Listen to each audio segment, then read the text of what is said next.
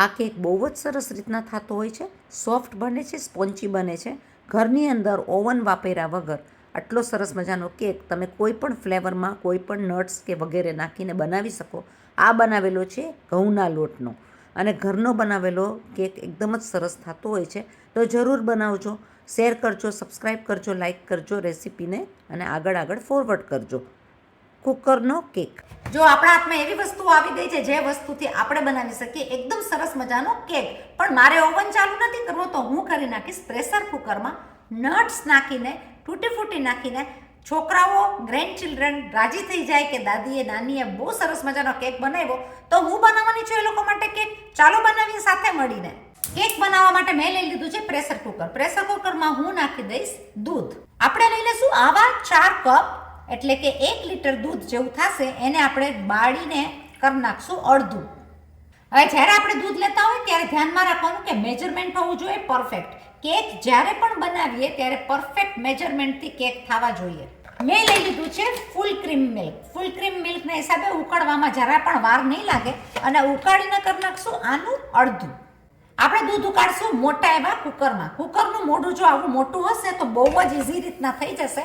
જો નાનું કોઈ તપેલું હશે તો એને ઉકાળવા માટે થોડી જગ્યા જોઈએ, તો આપણે લઈ લીધું છે ખુલ્લા મોઢાવાળું પ્રેશર કુકર. આ જ કુકરને ધોઈને આપણે યુઝ કરશું પાછો કેક માટે. આપણી આવી ઘણી બધી રેસિપીસ આપણી ચેનલની અંદર છે જેમાં બનાવ્યા છે કેન્યાના કપ કેક.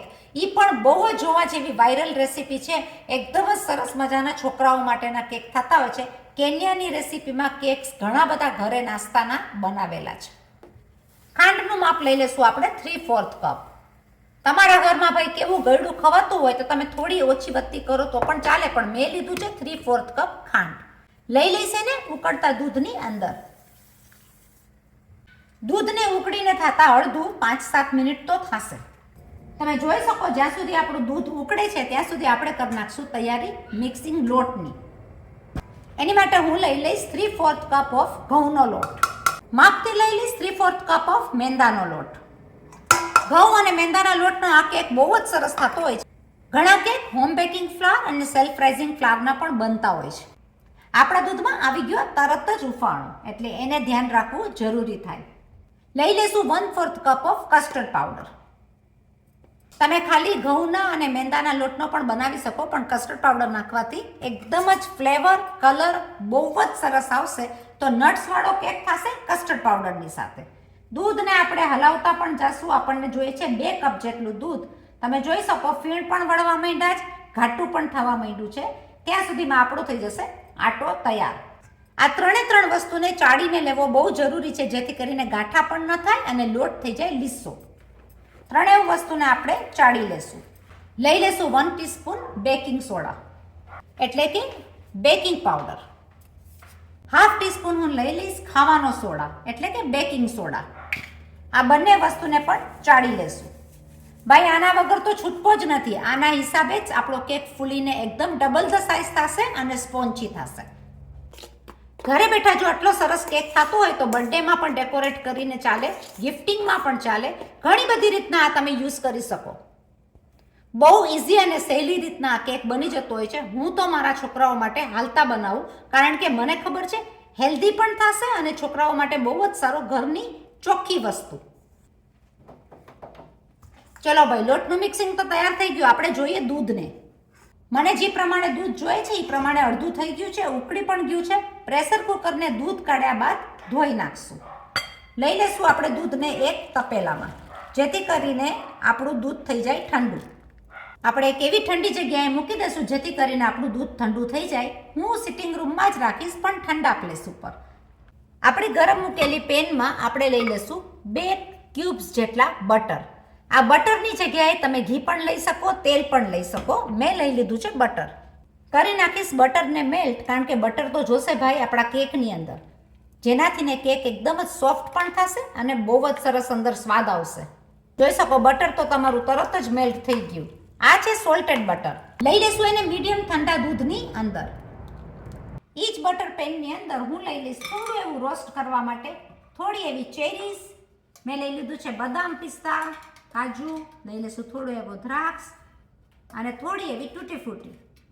આપણે કંઈ કરવાનું છે નહીં, આપણે જરાક 1 સેકન્ડ માટે સોતે કરીને લઈ લેશું જેથી કરીને ક્રિસ્પીનેસ આવે. કરી નાખશું આ બધી વસ્તુને સરસ રીતના મિક્સ. લઈ લેશું એને દૂધની અંદર. આપણું બધું મિક્સિંગ તૈયાર છે. લોટની અંદર આપણે કરી નાખશું દૂધ અને બટરનું મિક્સિંગ. થોડું થોડું કરીને આપણે એડ કરી નાખશું લોટની અંદર. જોતા જશું કે આપણું પેસ્ટ કેવું થાય છે. આપણું પેસ્ટ એકદમ થવું જોઈએ બરાબર કેક જેવું. એક જ ડાયરેક્શનમાં હું એને ચલાવતી જઈશ અને હું જોઈ લઈશ કે પેસ્ટ એકદમ બરાબર કેક જેવું હશે એટલે આપણે એને ઢાળી નાખશું પ્રેશર કુકરની અંદર. થોડું હજુ થિકનેસ ઉપર છે. મેં લઈ લીધું છે 2 કપ જેટલું દૂધ. એક જ ડાયરેક્શનમાં બધું હલાવતા જશું. કસ્ટર્ડ પાવડર પણ હોવાથી એનું કલર બહુ જ સરસ મજાનો દેખાય છે. આપણે લઈ લેશું રહેલું દૂધ અને મસાલો. એક જ ડાયરેક્શનમાં એને ફેરવતા જશું. જોઈ જશું આપણને જોઈએ છે એવી જ કન્સિસ્ટન્સી એની છે. આપણને જોશે આ પ્રમાણે. મને જોઈ ગયું છે 2 કપ દૂધ. તમે જોઈ શકો એકદમ સરસ રીતના આપણું મિક્સિંગ તૈયાર થઈ ગયું છે. આ બેટર તો એમને ખાવામાં પણ બહુ જ સ્વાદિષ્ટ લાગે. આપણે લઈ લઈશું પ્રેશર કુકરની અંદર બટર પેપર જેથી કરીને કાઢવામાં આપણને પડે એકદમ ઇઝી. લઈ લઈશું આપણા પેસ્ટને પ્રેશર કુકરની અંદર.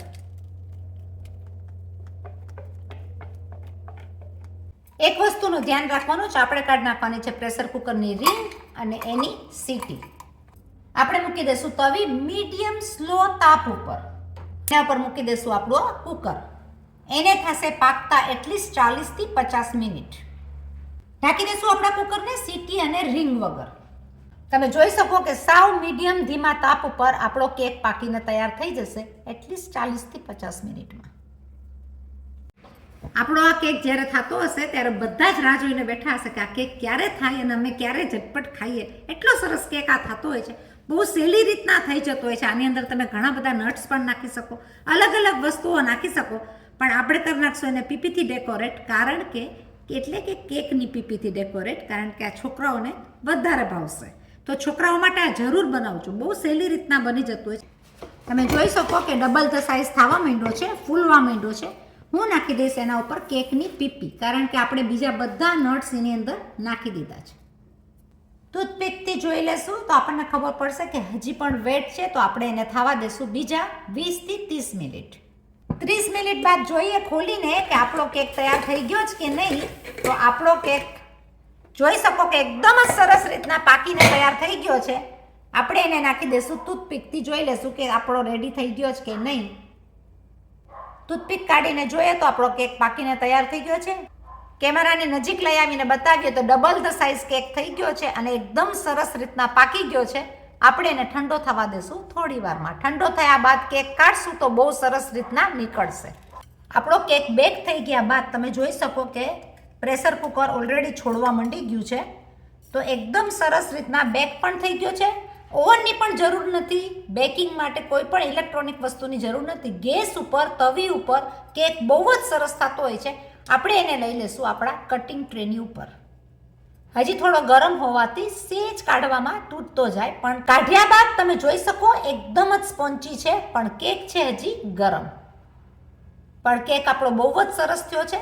એકદમ સ્પોન્ચી, સરસ, બધી બાજુથી પાકેલો, પાછળથી પણ બેક થઈને એકદમ તૈયાર થઈ ગયો છે. સાવ ઠંડો થઈ જશે એટલે આપણે કાઢી લઈશું ડીશની અંદર. આપણે આ બધી વસ્તુ નાખીને એટલો સરસ મજાનો કુકરનો કેક બનાવ્યો છે ઘઉંના લોટનો, અને એકદમ જ સરસ મજાનો તમે જોઈ શકો કે બેક સાઈડ પણ બ્રાઉન થઈ ગયો છે. એનો ફ્લફીનેસ ફૂલીને એકદમ સરસ સ્પોન્ચી કેક થયો છે. આ ખાવાની મજા જોર આવશે. ઘરના બધા કહેશે પાછો કેક બનાવો. બેક સાઈડ પણ બેક થઈને એકદમ સરસ મજાનો તૈયાર થઈ ગયો છે. તો આ કેક તો જરૂર બનાવવાનો રહ્યો. પ્રેશર કુકરની અંદર માપ પરફેક્ટ હોવાથી એકદમ સરસ થશે. ઉતાવળ કરીને જરાક પણ ગરમ કાઢશું તો એકદમ પાકેલો કેક તરત જ તૂટવા માંડશે. એટલે એક સરસ રીતના ઠંડો થયેલો કેક કાઢીને માપ છે એનું 2 કપ દૂધ જોઈ જાય છે. કેક જરૂર બનાવજો. કુકરની અંદર ઘઉંના લોટનો બધા નટ્સ નાખીને હેલ્ધી કેક છોકરાઓ માટે છે રેડી.